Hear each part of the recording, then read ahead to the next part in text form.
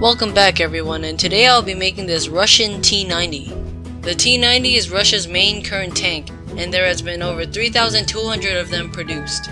The reason I'm making this tank is because General of World War Toys requested it. He or she requested for me to make the T-34 and the T-90, which are really popular tanks. And finally, after 2 weeks, I finally did your request. The T-90 was an interesting tank because the tank's turn shape was more flat and triangular. Anyways, this tank is pretty cool, so let's just get on to the tutorial.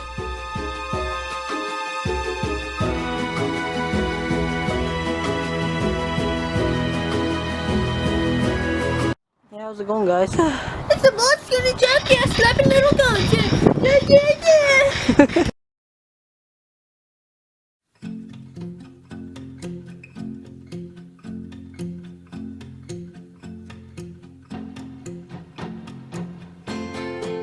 Alright, to start things off, this is the image that I'm referring to when I'm making this T-34.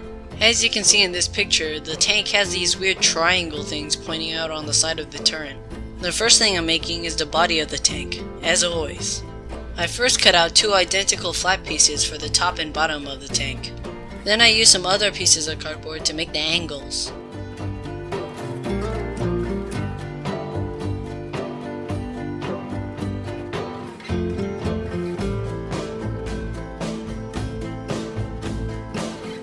Once I have this weird shaped thingy, I have to make the sides. This is pretty easy, you just put it down on some cardboard and trace around it. Then you just cut it out and glue it on. And now we're done with the body of the tank. That was pretty quick, wasn't it? Now to make the turret turnable. To make the mechanism, I cut open a dime-sized hole in the middle of the tank. Then I get the circle that I cut out and glue it to the middle of a bigger circle or square. This makes the turnable turret not able to be pulled out of its socket. Then I put it under the hole inside the tank. And then I glue on the turret. For now, the turret is just this circle that I cut out. Now it can actually turn. This demonstration on how to make the mechanic might look really complicated.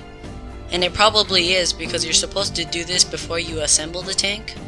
But maybe I'll do a full tutorial on how to make this mechanism in the future so you guys can understand better. Now it's time to make the turret. For the turret, I use a strip of cardboard that I glue on to give it thickness. Then I glue on another circle on the top to complete it.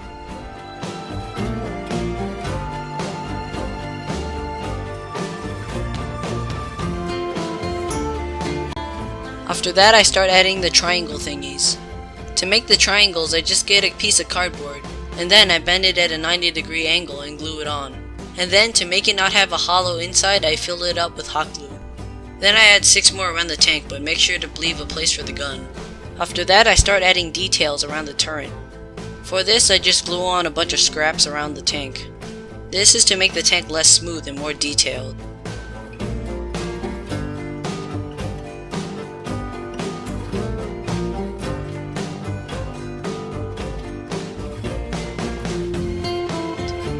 Now it's time to move on to the gun. For the gun of the tank, I use this lead pencil that I found on the floor of my school. For this turret, I just cut up the pencil and glue it on.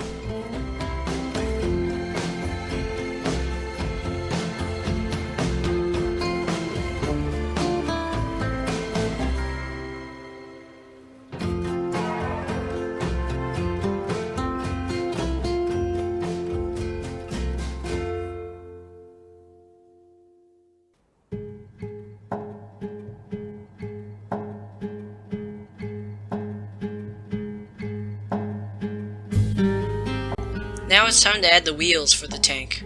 For the wheels, I use this foam board that I got from the dollar store.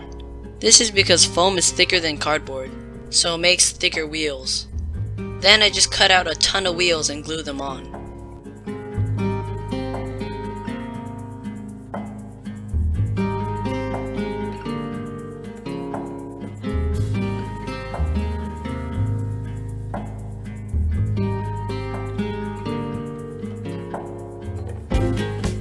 Now, halfway through recording this video, I had to go to my cousin's house for this event.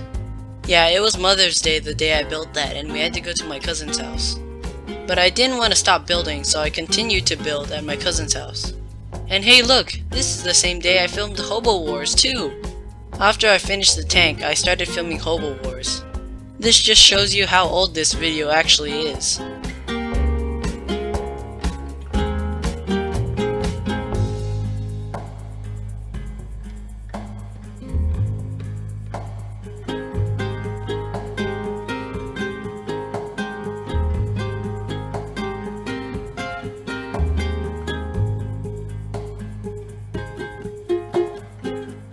After you're done with all the wheels, it's time to make the tracks.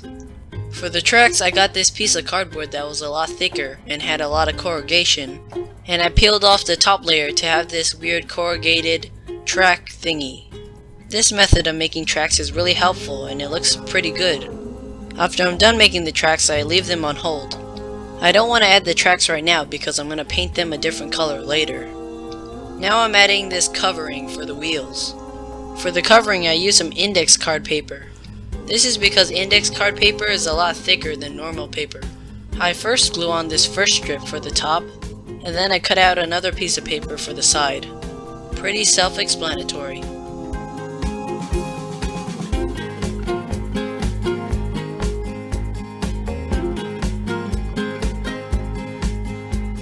Oh no. Oh no. Well, I just realized that I don't have the last footage. Well, I guess I just lost the rest of the footage of this video. Oh no, I lost the footage of me painting the tank. Oh no. Well, we should be able to go on without that footage. Basically, after that point, I was done with the tank. All I had to do was paint the entire thing green, and then I painted the tracks a separate color. And then I glued the tracks on. Then I was done. Sorry that I lost all the footage somehow, but that's the end of that tank. Anyways, thank you to General of World War Toys for requesting this. In a few more videos, I'll post the tutorial on how to make the T-34, so stay tuned for that. Anyways, thank you all for watching this video, and also feel free to request or challenge me to build anything you want. So finally, thank you all for watching.